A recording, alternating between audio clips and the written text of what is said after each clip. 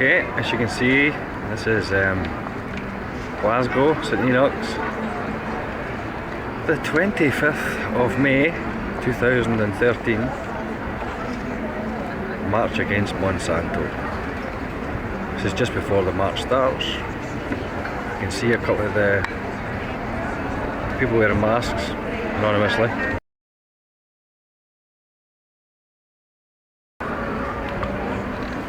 Okay, got a crowd.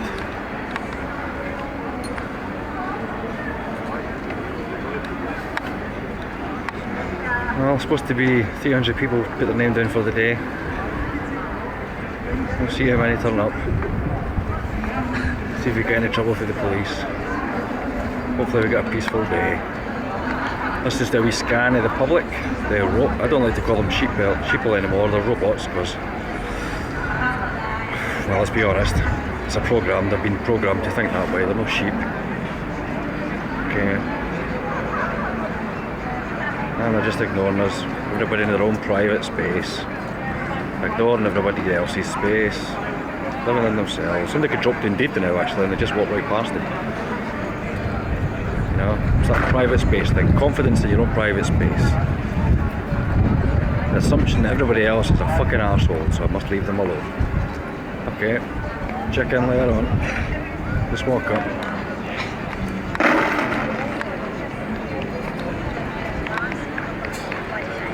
Andy's looking good today, like, look at that. Got a tattoo on his forehead today. So whilst people are making up some banners, I just thought I'd sort of join in congratulating you all for being here to protest against Monsanto. Green parties all across the world, we take part in protests, and the Scottish Green Party, obviously we've got elected representatives in Glasgow, in Edinburgh, in Stirling, in Midlothian and Aberdeenshire, and we've got 2 MSPs in the Scottish Parliament. So we've campaigned against GM in Scotland, but also across Europe and the world.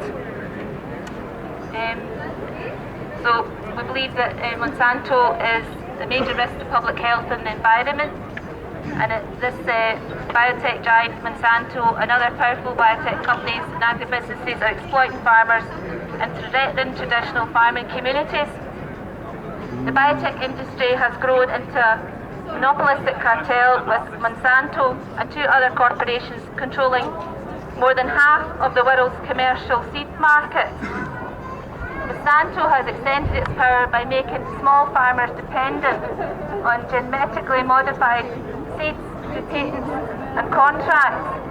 And this is putting the food supply in jeopardy across the world. It's reckless.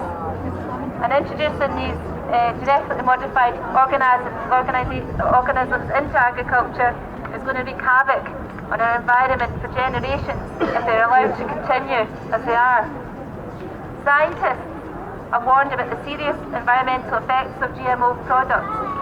We know it's harming our biodiversity, it's contaminating our non-GM farms and natural areas, and thousands of years of traditional agriculture and the development of heritage seeds has been basically invested with GM seeds, and it's contaminating the future as well of our bee population. We've seen the collapse of bee population from the insecticides, which have been widely reported because of GM insecticide-related products. Our whole ecosystem is under threat. So you're all probably aware of this, but one of the biggest fears, I think, is this Monsanto's Roundup herbicide and the animal feed, which is leading to new and more virulent plant and animal and human diseases. So we must hold Monsanto and its executives to account, and that's why you're all here today, along with everyone across the globe. We can't let them get away with it. We're going to fight back and stand up and highlight all the terrible things that they're doing in the world. In Europe, the European Greens are going to be listening to 3 petitions on Monday. The If you look on the European Greens website, you'll see that there's going to be 3 petitions heard at the Committee on Petitions of the European Parliament. This is a really important session on Monday. They've invited a Professor Seralini, who has shaken up the biotech world with the first scientific publication on long-term toxicity of GM crops and associated herbicide. And he'll be there along with the Commissioner Borg and the European Food Safety Authority, the EFSA. I want to thank a petitioner called Brian John, who has gathered signatories on a petition which alleges breaches of general principles govern the activity of the European Food Safety Agency in connection with the examination of applications for genetically modified foods. In his petition, he claims that in carrying out its activity, the European Food Standards Agency fails to protect the interests of the European citizens, it fails to guarantee consumer protection, and it's not provided independent scientific advice. And it basically, that this petitioner is criticising the way that the European Food Standards Safety Agency has been operating. Another petition is going to be discussed relating to the Commission's implementation of regulations on food and feed risk assessment of genetic modified organisms. This regulation was adopted by the Commission last February. Although it might be considered an improvement from the past situation, it makes 90-day rat toxicity testing mandatory for all single event GMOs. It is still utterly far from satisfactory. In particular, the regulation states that GMOs already in the pipeline of authorisation and submitted within 6 months of the implementation of the authorisation will not be subject to these guidelines. So basically the regulations are flawed. And it means that the Commission will be authorising something like 50 GMOs that have been assessed by the process, and it's completely ridiculous. So the regulations are not tight enough and they're not being effective. So the European Greens in the Parliament on Monday will be working to raise awareness and stand by, defend the petitioners and Professor Seralini, and is also calling for a moratorium on all GMO authorisations while the scientific expertise on GMOs has not been satisfactorily reshaped. You can look at this whole session on Monday through the European Parliament website, and there'll be a Twitter feed, GMO Free EU. So I'd encourage you to follow what the European Greens are doing on this and link up to all the other European Parliament committee work that's going on. And I'd just like to thank you all for being here and help continue to fight against Monsanto, stop their abuse of power and stop them damaging our health and the environment. Thank you.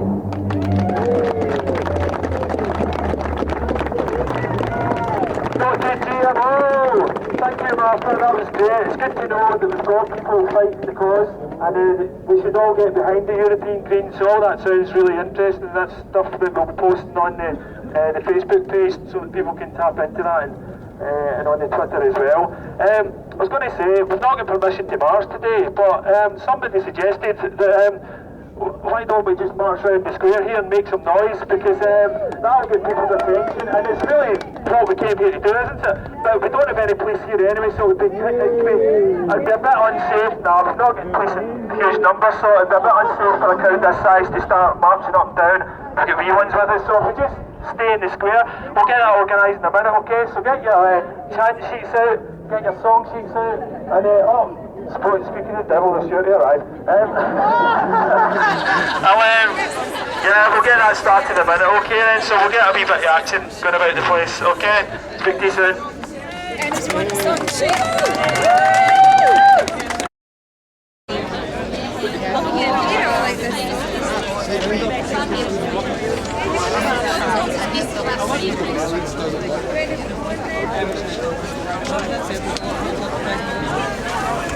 Okay, we're just about to get started in a wee minute. Just to let people know that Martha's going to be hanging about for a wee bit, so if anyone wants...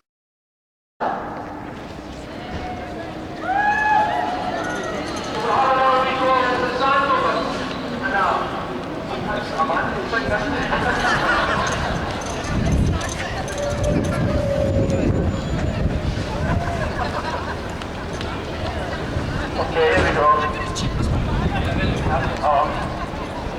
Okay. Ready? 1, 2, 3. SAMonsanto had a farm and he grew GMOs. And on that farm he spoiled the earth. Here's GMOs. You'll be round up here and you're round up there. Superbugs, super bees, feeling more naturally. SAMonsanto had a farm. Here's GMOs. SAMonsanto had a farm. Here's GMOs. And on that farm he had some cows. They're GMOs. Well, the pigs did too, and the chicks did too. All farm animals gobbled up chemicals. SAMonsanto had a farm. Here is GMOs. SAMonsanto had a farm. And here is GMOs. Now he sells them in the grocery store. And no one ever knows. Not a label here, not a label there. Makes you wanna holler, pull it all your hair. SAMonsanto had a farm. Here is GMOs. Someday soon we'll all become GMOs.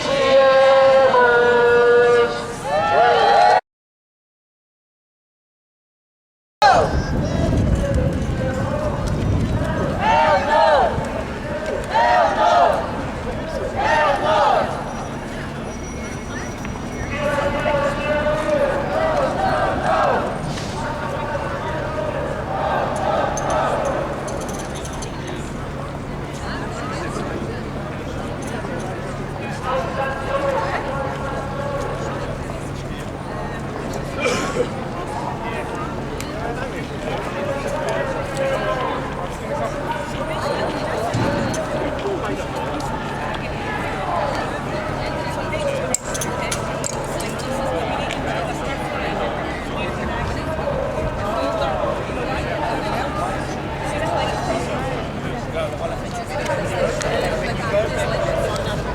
Okay, good back.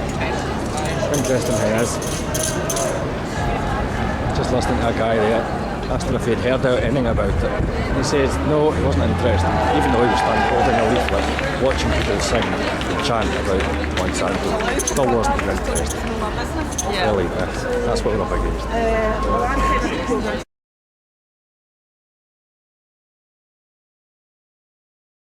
Some of the things that are going on, and this is just one of them, all part of the agenda, but it really worries me that so many people have no idea of what is going on, and even my own friends, when I try to speak to them and they don't understand the importance of organic, it's partly the chemicals, but I don't think they realise just how toxic and how carcinogenic they are. But the thing that really worries me and has brought me here today is, I think it's called the Farm Act that Obama has just passed, written along with people that work for Monsanto, basically including the Monsanto Protection Act. The bottom line is now that if their products are found to be toxic and carcinogenic, then they can't be prosecuted and they can't take them off the market. What the is that all about? Really? How can that happen? What the... You know, and people need to know these things, because at the end of the day, if this stuff was not toxic, if this stuff was not carcinogenic, why did they need that protection? Exactly! It's not rocket science! So surely when people start to think, exactly, it needs to be labelled, we need freedom of choice, and they're taking away that choice. So if there's nothing to hide, label it, that's fine, you know, but we know that's not the case, and we need to let other people know that. Well said, And the next move is to take control of our water. They say that the people who control the money control the world. Well, now we're having the people who control the food control the water. They've squashed millions of people into poverty. And what's going to happen next, apart from what everybody else has said here, which is correct, the next thing that's going to happen that you're not aware of is the supermarkets are going to start hiking up the prices and we'll have no control. I've started a vegetable garden of my own, but they're controlling the seed. They're not going to allow us the seeds. They're going to ban natural seeds. We're going to have no choice but to buy Monsanto seed. Fruit and vegetable, everything's genetically modified, and the poor will starve because they won't be able to afford the food. Thanks.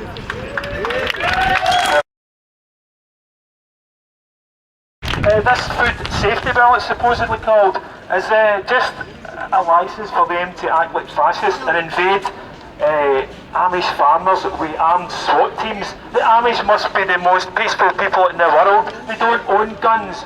They produce raw, organic, healthy food, and they were raiding them with SWAT teams. But the bit I wanted to say is relevant to Anne there. They also put a guy in jail for collecting rainwater in one state, believe it or not. There's a guy in prison for collecting rainwater. And I used to think, oh, that's just America, that's nuts, they're all balmy all that. But no, it's not, because there was a guy in England who actually, he got a water meter installed, and then, because his intention was to collect rainwater, and he got a water meter installed, and when he did that, he collected rainwater, and they tried to put him in jail too, but he actually won his case, thankfully. But no, and on the seeds thing there too, I mean, there's a company, you probably know of them, called realseeds.co.uk. They're an heirloom seeds company, a heritage seed company. They're absolutely brilliant. It's run by a couple, and they're not in it for profit, because they'll sell you the seeds, and they might be a wee bit expensive to begin with, but they're giving you help and advice on how to save your seed and do it for yourself, and actually even say, you know, no businessman would say doing it yourself is actually better than what we could provide, but they're saying that and going do it yourself. But they're under attack now, they're under threat to get shut down. I'm sure there's an online petition along those lines. So look for these things and get them signed and support these people as well. It's a full-on frontal attack, it really is, on our natural seed and healthy food. So, we've got another speaker here. We've got Lindsay Campbell from Killing, all the way from sunny Killing here today. She's going to share a few words as well. So, pass over to her. Just a very simple thing. When I was young, all food was organic. Yes. And my generation has been the healthiest and longest lived possibly in the history of the world. Yes. How long will our children and grandchildren live, do you think? Yes. Very well said, thank you very much for saying that. Yeah, that was a point I wanted to make as well, and I'm always banging on to people. You know, organic food now is, you know, it's niche market, it's expensive, nobody can really afford to eat organic food now unless you're a company executive or something. It's too expensive. But back in our grandparents' day, all food was organic. It's only in the last few decades or so that it's, you know, all this chemical crap started being introduced into food. And another thing just on what you said there, is that in Cuba, they don't have GMO, they don't have Monsanto, they don't have pharmaceuticals much to speak of. And the oldest man in the world is 123 and he's Cuban. What does that tell you? But not just that, it's not just one guy. They've got a thing in Cuba called the 120 Club. Because they've got quite a lot of people over the age of 120. That is mental when you think about that. People living to 120 and older, and they like their rum and their mojitos and their cigars over there. So, you know, it just shows you what's actually poisoning is. I think we've got another speaker here. It's Lynn Bunny Paws. Give it up.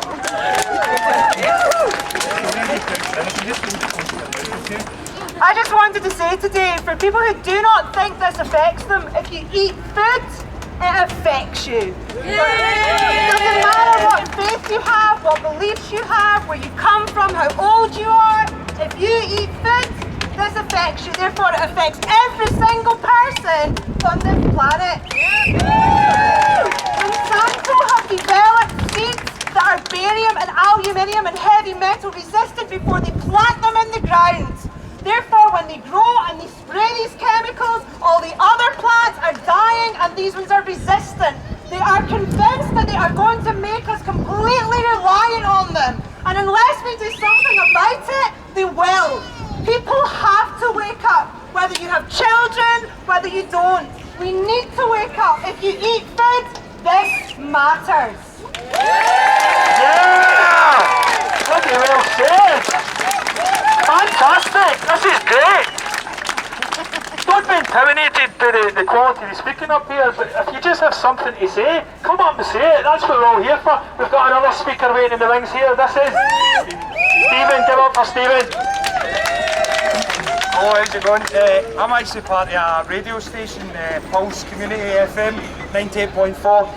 It's called The Fiery Scots, and we do a conspiracy show every Sunday night, 9 till 12, so it's 98.4, you can get us there, and tomorrow we're going to be talking about this. And I just wanted to say, you know, like she was saying there, that it really transcends race or age, and I know we're quite reserved today, and it's quite, you know, it's the responsibility behind it. You know, no one wants the responsibility of trying to stand up to corporations that, because, you know, we're in fear of living, and, you know, or you'll get imprisoned or that. But, you know, if everyone was to really be like, you know, whether it's, you know, stop buying it, burning their fields down, whatever it takes. And, you know, when you look back in the 50s, when you looked at a farmer, he had a straw hat and a checkered shirt. Now you look at them, they're wearing yellow, contaminant, you know, biohazard suits, spraying chemicals. So if they can't breathe it, how can we eat it? You know what I mean? I'm at the end of my tether with it, and I'm so happy that we're all here. And it really just needs to be 5 million of us on the street, though, you know what I mean?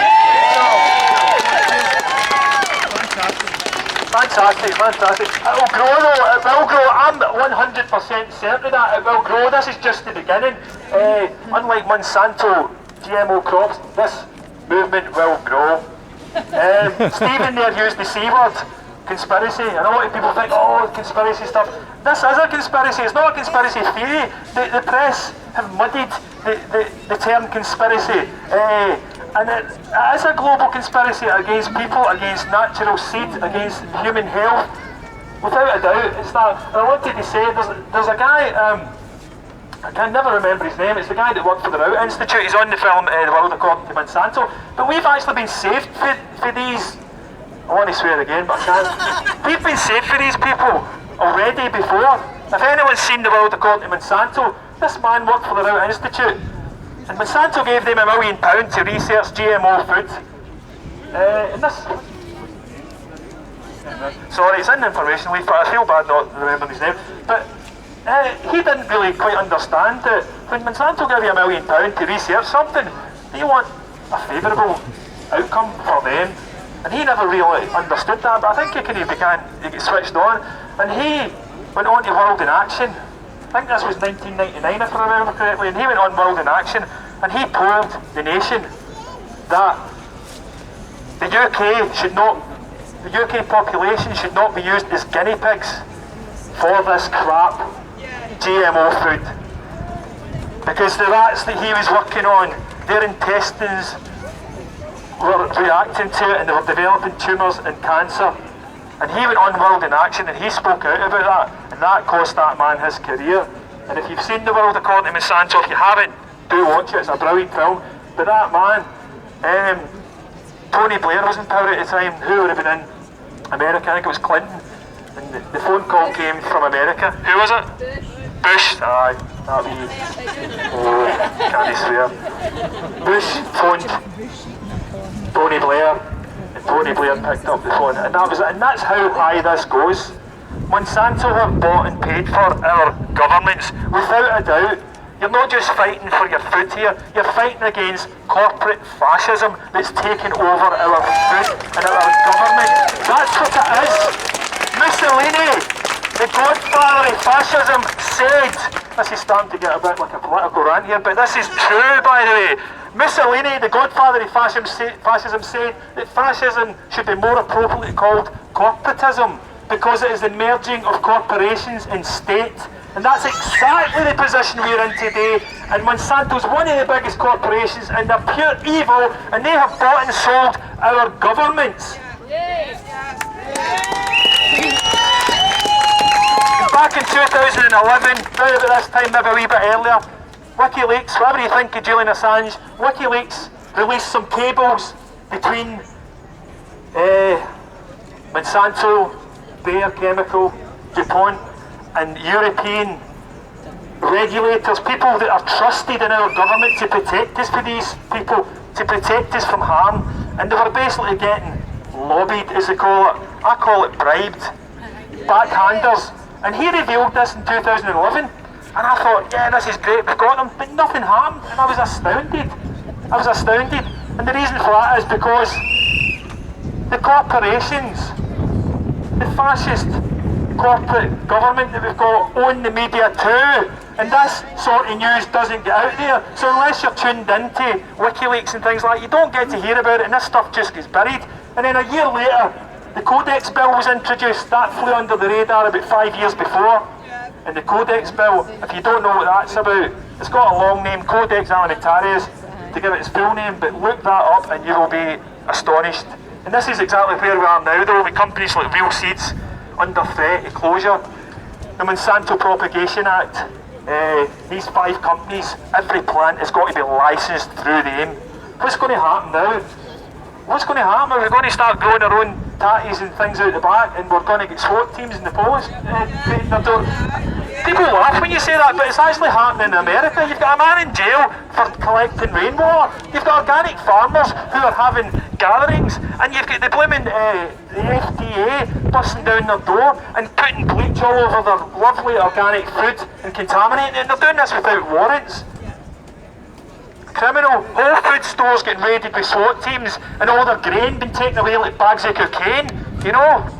Absolutely criminal. So I'll shut up now, and we've got another speaker here. Sorry, never noticed that. We've got another speaker. Keep them coming. Come up and say what you want to say. Thank you. Afternoon, brothers and sisters. I just want everybody to give themselves a round of applause for actually getting off their arse and coming out today. That's really what it's all about. We need non-violent direct action, mass unparticipation in what these companies are doing. I mean, Monsanto, this is the company who invented Agent Orange, killed all those people in Southeast Asia with that. Then they moved on, they get the patent on aspartame. If you don't know about aspartame, then look up that. It's in over 7,000 products, and it breaks down inside you. It's in anything that's got diet on it or low fat usually contains aspartame. 6,000 times sweeter than sugar, and it's carcinogenic, breaks down into aspartic acid, becomes formaldehyde, will form cancer cells in your body. That's in over 7,000 products. All these shops here, Greg's, that newsagents, go in, pick up any of them, you'll see aspartame in anything diet. If you know anybody that drinks diet soda, or even just fizzy juice in itself, Iron Brew usually alright. Goes by the name of NutraSweet and Stevia as well. But seriously guys, it's bioaccumulates. You need to stop family and friends from drinking these products. It's the only way these companies...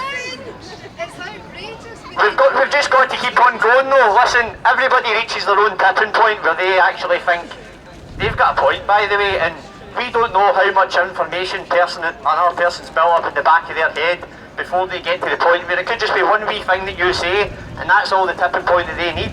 So that's why we just need to keep on and keep on and keep on. I wanted to say about the water as well. The Nestle CEO is on video just now. That's online, check that out. He has said, sitting across a desk from a guy interviewing him, that water is not a human right and it should be privatised. So this is the head of the 6th largest organisation in the world.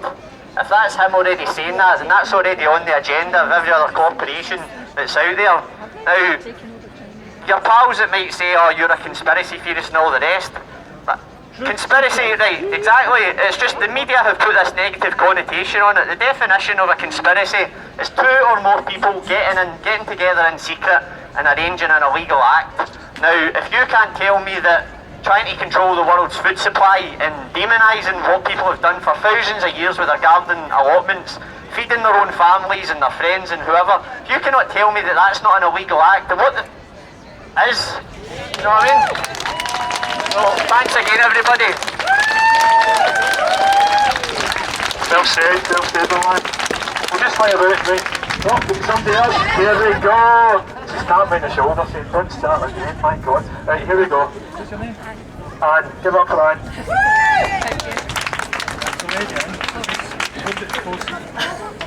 Hi guys. I'm diabetic and I have been for a good couple of years, and I had to tell my nurse and all the rest of them about aspartame and all the shit, because they were advising me to change to these things because I'm not allowed sugar. Have you ever gone in a shop and tried to look for something that doesn't have that shit in it? Trust me, I broke down in tears the first time I did it. I was standing in Asda, bawling my eyes out because I couldn't find anything I could have. It has to stop. We have to stop this for our kids, our grandkids, and the rest of us.